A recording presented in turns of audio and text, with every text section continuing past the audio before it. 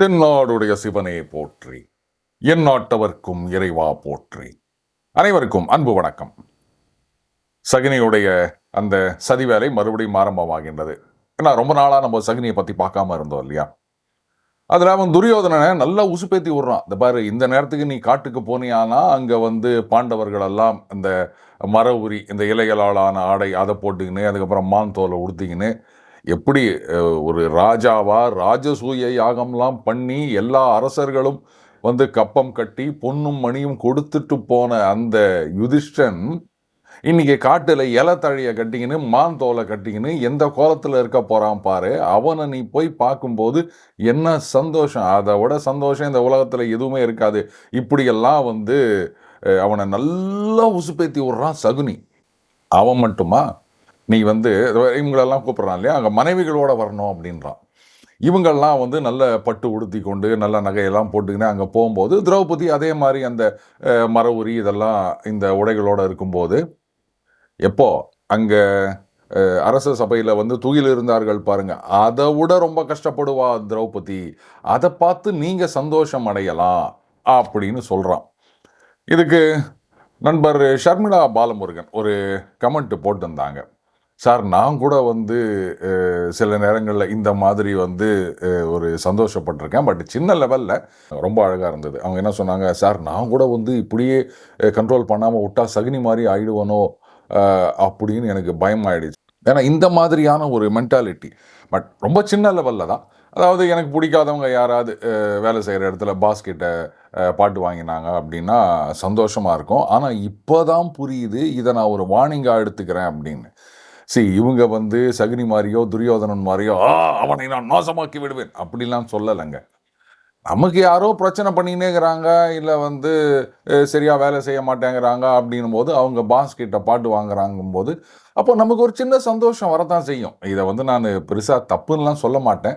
ஏன்னு கேட்டிங்கன்னா, நாம் அவன் பாட்டு வாங்குறானா அதை நான் போயே பார்க்கணும் அப்படின்னு அங்கே ஓட போகிறது கிடையாது. எதேச்சியாக நம்ம எதிர்க்க நடக்குது, நம்ம காதில் விழுது, இல்லை நம்ம கண்ணால் பார்க்குறோம் அப்படின்னும் போது வேணும். என்னாலாம் வேலை செய்யாமல் சுற்றிட்டு இருந்தான், அவனுக்கு இது தேவை தான். ஸோ நண்பர் ஷர்மிளா அவர்களை பொறுத்த வரைக்கும் இதை நான் தப்புன்னெலாம் சொல்ல மாட்டேன். இன்னும் சொல்லப்போனால் இது இந்த நியாயம் தர்மம் இது மேலெல்லாம் அவங்களுக்கு இருக்கின்ற ஒரு அந்த பிடிப்பு பற்று, அதுதான் காரணம்னு சொல்லலாம். ஏன்னா தப்பு பண்ணவங்க அதுக்கான தண்டனையை அனுபவிக்கிறார்கள் அப்படின்னு சொன்னால் அதை பார்த்து சந்தோஷப்படலாம், தப்பே இல்லை. சொல்லப்போனால் தப்பு பண்ணுறவர்கள் தண்டனையை அனுபவிக்க வேண்டும் அப்படின்னு நாம் எல்லாரும் விரும்ப வேண்டும். அதனால் நண்பர் ஷர்மிளா அவர்கள் ஒன்றுமே வருத்தப்பட வேண்டாம். இது நியாயத்தின் பக்கம் தர்மத்தின் பக்கம் நீங்கள் நிற்கிறீங்க அப்படின்றதுக்கு உதாரணம். ஆனால் நாமளே ஏதாவது சரி பண்ணி அவங்கள பாட்டு வாங்கி வைக்கிற மாதிரி பண்ணோம்னா அப்போ அது தப்புன்னு சொல்லலாம். அவங்க பண்ண தப்புக்கு அவங்க தண்டனை அனுபவிக்கிறாங்க. ஒரு தப்பு பண்ணவன் தண்டனை அனுபவிக்கிறான் அப்படின்போது, இப்போ சினிமாவில் கிளைமேக்ஸில் நம்ம எதுக்காக சந்தோஷப்படுறோம்? கெட்டவன் வீழ்வான், நல்லவன் வாழ்வான். அப்போ அதுக்காக போயிட்டு, என்ன சார் இது மாதிரி ஒரு வில்லன், என்னதான் வில்லனாக இருந்தாலும், நான் எதுக்காக இதை சொல்கிறேன்றதை விளக்குறேன். என்னதான் வில்லனாக இருந்தாலும் அவனை திருத்தணும், அவனுக்கு நல்வாழ்வு கொடுக்கணும். அதை விட்டுட்டு இப்படிலாம் பண்ணுறது நியாயமா அப்படின்னு கேட்டிங்கன்னா அதுக்கு நான் ஒன்றும் சொல்ல முடியாது. ஒரு படம், அதில் பார்த்தீங்கன்னா ஒரு சைக்கோ கொலையாளி, அவன் என்ன பண்ணுறான், தேடி பிடிச்சி நிறைய பேரை, அது பெண்களை தான் கொலை பண்ணிகிட்ருக்கான். அப்புறம் அதில் ஆண்களையும் சில பேரை கொலை பண்ணுறான். அவனை அந்த ஹீரோ, அதுவும் ஒரு கட்டத்தில் பார்த்தீங்கன்னா அந்த ஹீரோ ரொம்ப வேகமாக அந்த வளைந்து வளைந்து செல்லும் மலைப்பாதைகளில் இரவில் கார் ஓட்டிக்கின்னு போகிறாரு. என்ன ஒன்று அவருக்கு கண்ணு தெரியாது, நிஜமாங்க. அதை கண்ணு தெரியாது, ஆனால் கார் ஓட்டிகிட்டு போவார். அவர் பக்கத்தில் ஒரு வீல் சேர்லேயே முடங்கி கிடக்கின்ற பெண், அவங்க வழி சொல்லுவாங்களாம், இவர் வேகமாக கார் ஓட்டிகிட்டு போகிறாராம். சரி விடுங்க, சினிமா பார்க்க போனோம் அப்படின்னு சொன்னால் மூளையை கட்டி இந்த ஸ்கூட்டர் ஸ்டாண்ட்லேயே விட்டுட்டு போயிருங்கலாம் நமக்கு அட்வைஸ் பண்ணிக்கிறாங்க. அதனால் நம்ம அதெல்லாம் கேட்கக்கூடாது. அதில் அந்த ஹீரோயின் அவங்கள கடத்திட்டு போயிடுவார். அவங்கள மீட்கிறதுக்காக தான் ஹீரோ போவார். கடைசியாக அந்த வில்லன் செத்து போயிடுவார்னு நினைக்கிறேன். அப்போது அந்த ஹீரோயின் கிட்ட கேட்பாங்க, அவங்க சொல்லுவாங்க, இல்லை நான் அவரை திருத்துவதற்கு முயற்சி பண்ணியிருப்பேன். ஏன்னா சின்ன வயசில் நடந்த சம்பவங்கள், அதனுடைய பாதிப்பு, அதனால் அவர் இந்த மாதிரி ரியாக்ட் பண்ண ஆரம்பிச்சிட்டாரு. ஸோ அவருக்கு தேவை அன்பும் அரவணைப்பும் அப்படின்னு. இது கரெக்ட். சட்டப்படி பார்த்தீங்கன்னா மனநிலை சரியில்லாதவர் அப்படின்னு சொன்னால் அவரை வந்து நீங்கள் இந்த தண்டனையெல்லாம் கொடுக்க முடியாது. ஏன்னா குற்றத்துக்கு பொறுப்பாக்க முடியாது. அவரை வந்து நீங்கள் அந்த மனநல காப்பகம், அந்த ஆஸ்பத்திரியில் கொண்டு போய் விடுங்க அப்படின்னு தான் சொல்லுவாங்க. ஆனால் அதுக்காக அவருக்கு அன்பும் அரவணைப்பும் தேவை. புரியல. இது எந்த மாதிரியான ஒரு சப்போர்ட் அப்படின்னு. சரி, அதுக்காக தான் சொன்னேன். தப்பு பண்ணவங்க தண்டனை அனுபவிக்கிறார்கள் அப்படின்னு சொன்னால் அதை பார்த்து நாம் சந்தோஷப்படுவதில் கொஞ்சம் கூட தப்பே இல்லைன்னு தான் நான் நினைக்கிறேன். ஷர்மிளா அவர்கள் வந்து இதை புரிஞ்சுப்பாங்கன்னு நினைக்கிறேன். இப்போது சகினி வந்து அவங்க கஷ்டப்படுறத நாம் போய் பார்க்கணும், அதுதான் பெரிய சந்தோஷத்தை கொடுக்கும் அப்படின்னு சொல்கிறான். சரி, இப்போதைக்கு வந்து சகினி பண்ணது நல்லதா இல்லை கெட்டதா, எப்படி வந்து அவன் அந்த ராஜ்யத்தை அடைந்தான் அப்படின்றதெல்லாம் விட்டுருவோம். ஒரு ஹைப்போதெட்டிக்கல் சிச்சுவேஷனா, ஒரு நல்லது செஞ்ச ஒருத்தர், நல்ல மனுஷர், அவர் என்ன பண்ணுறாரு, அவருடைய எதிரி, அவன் வந்து கெட்டவன், வில்லன்னே வச்சுப்போமே, அவன் வந்து இப்போ கஷ்டப்பட்டுட்டு இருக்கான், தண்டனையை அனுபவிக்கின்றான்.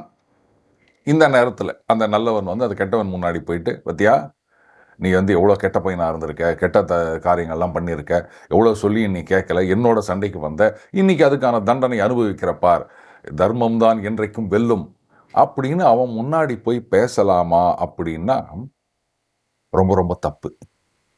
இது வந்து நமக்கு வாழ்க்கைக்கு உதவுகின்ற ஒரு பாடமாக இருக்க வேண்டும்.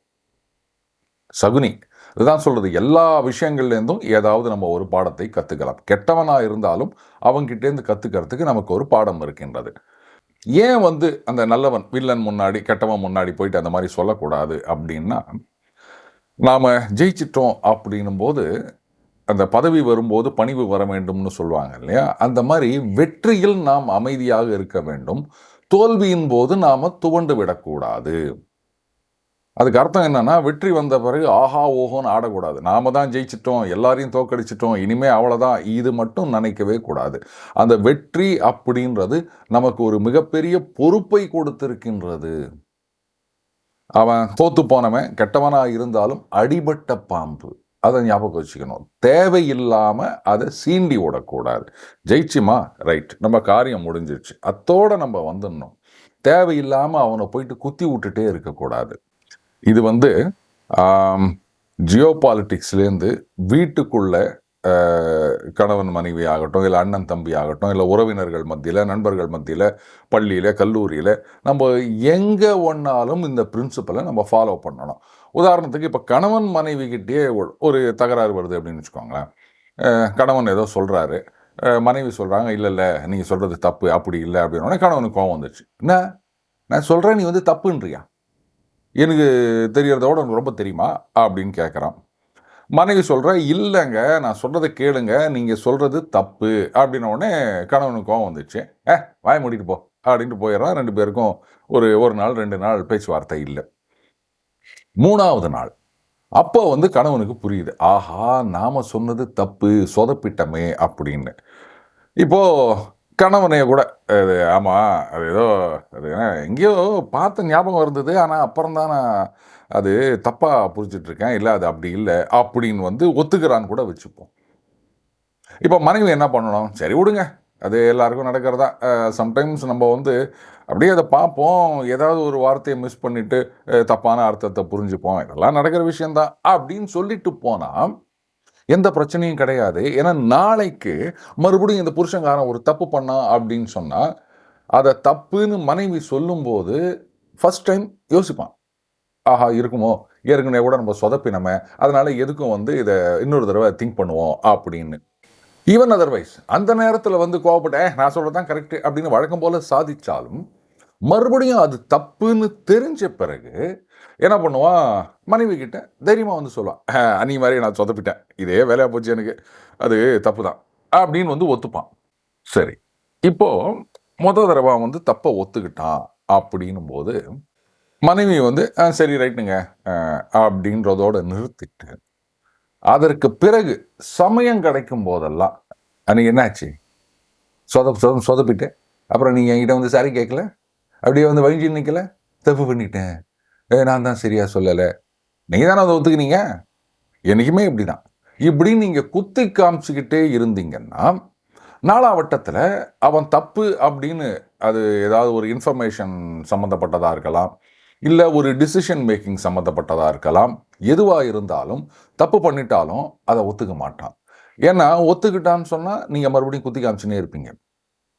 ஸோ அந்த தப்பை ஒத்துக்காதது மட்டும் இல்லை, அந்த தப்பு தான் சரின்னு எஸ்டாப்ளிஷ் பண்ணுறதுக்கு மேலே மேலே மேலே பூசி மொழின்னு அந்த தப்பை ரொம்ப பெருசாக்கிட்டு போயிடுவான். இது இன்டர்பர்சனல் ரிலேஷன்ஷிப். அதே மாதிரி தான் நீங்கள் அலுவலகத்திலையும் சரி, ஒருத்தர் தப்பு பண்ணுறாங்க. இப்போது நம்ம நண்பர் ஷர்மிளா சொன்ன மாதிரியே தப்பு பண்ணாங்க, பாஸ்கிட்ட பாட்டு வாங்குறாங்க. ரைட், நம்ம இதை தேடி போல, ஏதோ நம்ம இதாச்சும் அங்கே இருக்கும்போது அந்த மாதிரி ஒரு இன்சிடென்ட் நடக்குது. ரைட், அதோட நம்ம கண்டுக்காமல் போயிடணும். ஆனால் மறுபடியும் நல்லா பாட்டு வாங்கினியா? இல்லை, நண்பர் அப்படி கேட்க மாட்டாங்க, சொல்கிறேன். அந்த மாதிரி போயிட்டு நம்ம உசு பேத்தி விட்டுட்டே இருந்தோம் அப்படின்னு அவங்கள இன்சல்ட் பண்ணிகிட்டே இருந்தோம் அப்படின்னு சொன்னால், திட்டினது பாஸு, ஆனால் கோவம்லாம் நம்ம மேலே திரும்பும். ஒரு எனிமிட்டி ஃபார்ம் ஆகிடும். நான் இவனை போட்டு தள்ளுறேன், அவன் இவனை போட்டு தள்ளுறான் அப்படின்ட்டு மெகா சீரியல் மாதிரி போயிட்டுருக்கோம். ஸோ இதுதான் சொல்கிறது, அந்த வெற்றி அப்படின்னும் போது நம்ம கொஞ்சம் அமைதியாக இருக்கணும். தோல்வின்னு வரும்போது துவண்டு விடக்கூடாது. இதுதான் இந்த சகுனியோடைய இந்த சதியில் நாம் கற்றுக்க வேண்டிய பாடம். இப்போது அமெரிக்கா கூட எடுத்துக்காங்க, ஒரு பேச்சுவார்த்தை. சரி, இவங்க என்ன தப்பு பண்ணுறாங்க? நேட்டோவோடையும் சரி, இல்லை யூரோப்பியன் யூனியனோடையும் சரி, ஈவன் இப்போ சவுதி அரேபியாவோடையும் சரி, ஒரு டீல் போடணும் அப்படின்னு நினச்சா ஓகே, நீங்கள் இந்த பக்கம் அப்படி சில மர்சல் காமிப்பீங்க, அவங்க சில பக்கம் அவங்களுடைய பார்கெனிங் சிப் என்னவோ அதை வச்சு அவங்க ஆர்கியூ பண்ணுவாங்க. இது அப்படி ஓடிட்டு. பட் ஒரு டீல் அப்படின்னு வந்தாச்சுன்னா ரைட், ஓகேப்பா, 2 பேரும் டீல் போட்டோம் அப்படின்னு நிற்கணுமே தவிர, பார்த்தீங்களா அவன் பயந்துட்டான், அவன் சரண்டர் ஆகிட்டான், நான் ஜெயிச்சிட்டேன், என்னால் தான் இவ்வளோதான் வருது இப்படின்னு பண்ணுறது ரொம்ப ரொம்ப தப்பு. இதைத்தான் ட்ரம்ப் பண்ணிட்டு இருக்கார். நமக்கு தேவை காரியம். இன்னைக்கு அமெரிக்கா எங்ககிட்ட மிகப்பெரிய படை இருக்கின்றது, ஆயுதம் இருக்கின்றது, எங்ககிட்ட இருக்க மாதிரி ஆயுதம் எதுவுமே கிடையாது. எத்தனையோ கிலோமீட்டரில் ஒருத்தனுடைய ஹார்ட் பீட் துடிக்கிறத கூட கண்டுபிடிக்கிறத நாங்கள் மிஷின் கண்டுபிடிச்சிருக்கோம், எல்லாம் சொல்லிக்கலாம்.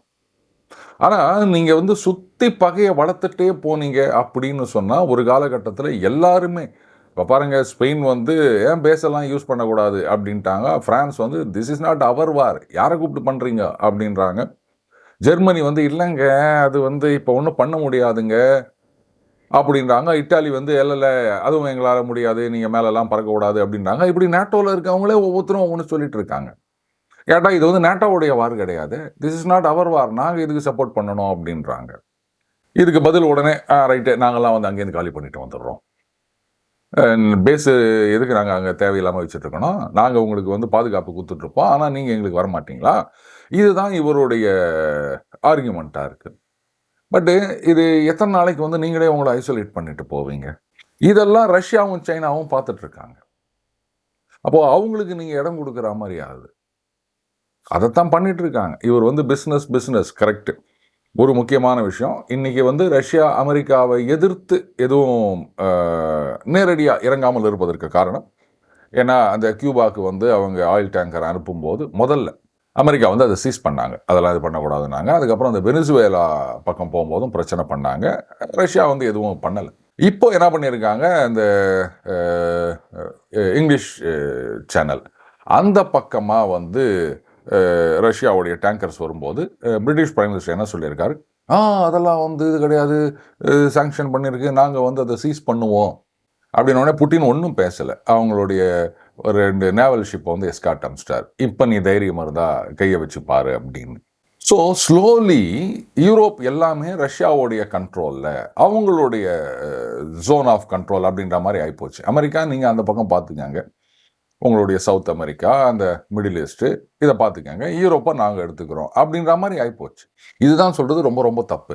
ஒரு டீல் ஒர்க் அவுட் ஆகி வருது அப்படின்னு சொல்லும்போது அப்போ பார்த்தீங்களா 2 பேரும் பேசினோம், சமாதானமாக போயிட்டோம், இப்போ ஒரு டீல் வந்துருச்சு, இது 2 நாட்டுக்கும் நன்மை இப்படின்னு சொல்லிட்டு போனால் அதுதான் பெரிய மனுஷத்தனம். அதை விட்டுட்டு பார்த்தீங்களா நான் இது மாதிரி பண்ணுறேன், அமெரிக்கா கிரேட்டு, எல்லாரும் காலில் விழுந்துட்டாங்க இப்படின்னு சொல்லிட்டு இருந்தீங்கன்னா அத்தனை பேரும் எப்போ உன் கழுத்தில் துண்டை போட்டு இருக்கலாம் தான் பார்த்துட்டு இருப்பாங்க.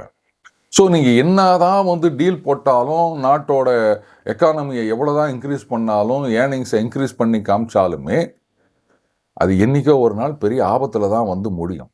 ஸோ ஜெயிக்கும்போது பெருந்தன்மையோடு இருக்கணும். அதுக்காக வந்து தோத்து போனவன், அந்த வில்லன், பகைவன், அவனை கட்டி தழுவி கொண்டு இனிமே நம்ம 2 பேரும் நண்பர்கள், நண்பேண்டா அப்படின்னு சொல்லணும்லாம் அவசியம் கிடையாது. தோத்து போயிட்டானா அத்தோடு போயிடணும். சும்மா அவனை குத்தி விட்டுக்கின்னு தோத்து போயிட்ட அப்படின்னு சொல்லிட்டு இருக்கிறது, டெய்லி அங்கே போய் பார்த்துட்டு என்னப்பா கஷ்டப்பட்டுங்கிறியா அப்படின்றது, இது வந்து ரொம்ப ரொம்ப தப்பு. இது தப்புன்றது மட்டும் இல்லை, ரொம்ப டேஞ்சர் கூட. ஏன்னா நான் ஏற்கனவே சொன்ன மாதிரி அவங்க அடிபட்ட பாம்பு அந்த வஞ்சம் தீக்கணும்னு காத்துட்டு இருப்பாங்க. அதை வந்து நாமளே உசுப்பேத்தி விட்டுறக்கூடாது. இப்போதான் புரியுது ட்ரம்ப் ஏன் இந்த மாதிரிலாம் பண்ணிட்டு இருக்காரு அப்படின்னு. அவர் வந்து மகாபாரதம் படிக்கல போல இருக்கு. சகுனியுடைய இந்த சாப்டரை அவர் வந்து காது கொடுத்து கேட்டிருந்தாருன்னா தெரிந்துருவார் அப்படின்னு நினைக்கிறேன். மீண்டும் அடுத்த பேர் இணைந்திருப்போம். வணக்கம்.